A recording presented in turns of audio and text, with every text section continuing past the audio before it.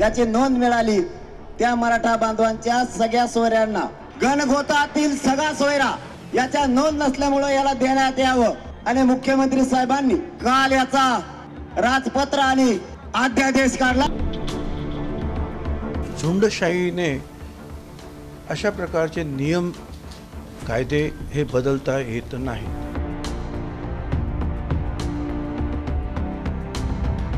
जरांगे पाटलांना सरकारनं कुणबी जात प्रमाणपत्राबाबत सगळे सोयऱ्यांच्या अधिसूचनेचं पत्र दिलं आणि मुख्यमंत्र्यांच्या हस्ते ज्यूस पिऊन जरांगे पाटलांनी उपोषण सोडलं आणि मराठे आपापल्या गावी परतले।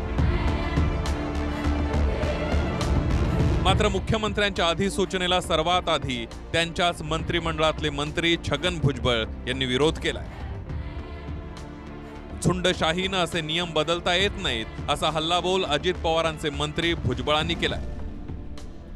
सगळे सोयऱ्यांसंदर्भात जी अधिसूचना काढली ती कायद्याच्या कसोटीवर टिकणार नाही असं भुजबळ म्हणाले। म्हणजेच पुढच्या लढाईचे संकेत भुजबळांनी दिले।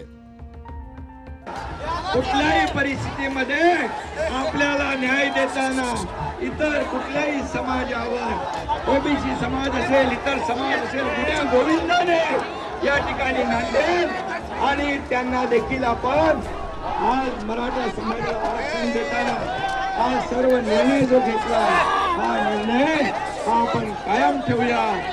माझं स्वतःचं मत असं आहे की हे सगळे सोयरे जे आहे हे कायद्याच्या कसोटीवर अजिबात टिकणार नाही असं माझं मत आहे। एक तर अशा रीतीचे झुंडशाहीने अशा प्रकारचे नियम कायदे हे बदलता येत नाहीत। बांगे साहेबांना सुद्धा काल सांगितलं त्यांनी दुरुस्ती करतो म्हणले। आमचं फक्त एवढंच म्हणणं आहे ज्याची नोंद मिळाली त्याचं शपथपत्र घेऊन त्याच्या सोयऱ्याला देण्यात यावं। ग्रह चौकशी नंतर करावी। सध्या त्यांना प्रमाणपत्र वाटप करायला सुरुवात करा ही शिंदे साहेबांकडे आमची विनंती आहे। अध्यादेश तर झालाय। जात ही जन्माने येते ते एखाद्याच्या शपथपत्राने येते का किंवा एखाद्याच्या ॲफिडेव्हिटने येते जात बदलता येते। जात मुळात जन्मानं माणसाला मिळत असते। म्हणून असं जर कोणी म्हणत असेल की आम्ही 100 रुपयाचं पत्र देऊ किंवा असंच पत्र देऊ आणि आमची जात झाली, अजिबात हे होणार नाही। हे कायद्याच्या विरुद्ध होईल।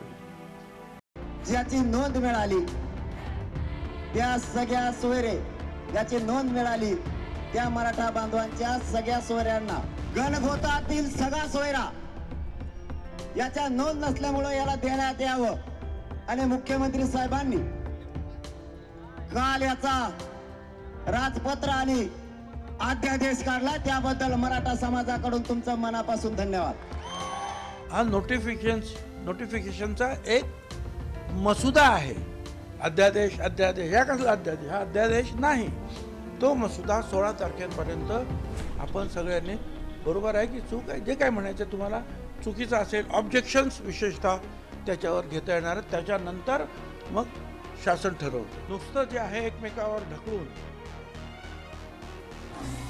किंवा चर्चा करून होणार नाही। तर प्रत्यक्ष कृती करावी लागेल। तुम्हाला याच्यावर हरकती घ्याव्या लागतील आणि आम्ही त्या हरकती आमच्या समता परिषदेच्या याच्यामध्ये तर त्याबद्दल आम्ही निश्चितपणे विचार करू। कशाची एंट्री कशाची बॅकडोर आणि फ्रंट डोर अशी काही एंट्री नसते। संविधानिक भूमिका असते।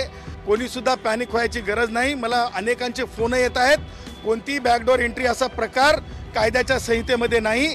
आणि पुरेपूर मी तुमच्या एक गोष्ट आपल्या माध्यमातून आश्वासित करू इच्छितो की कायद्यामध्ये व्हॅलिडिटी नावाचा प्रकार आहे। कायद्यामध्ये 2000चा कायदा आहे आणि त्याही पुढे जाऊन मला सांगायचं आहे की अशा प्रकारची एंट्री बॅकडोर एंट्री कायद्यामध्ये तरतूद नाही।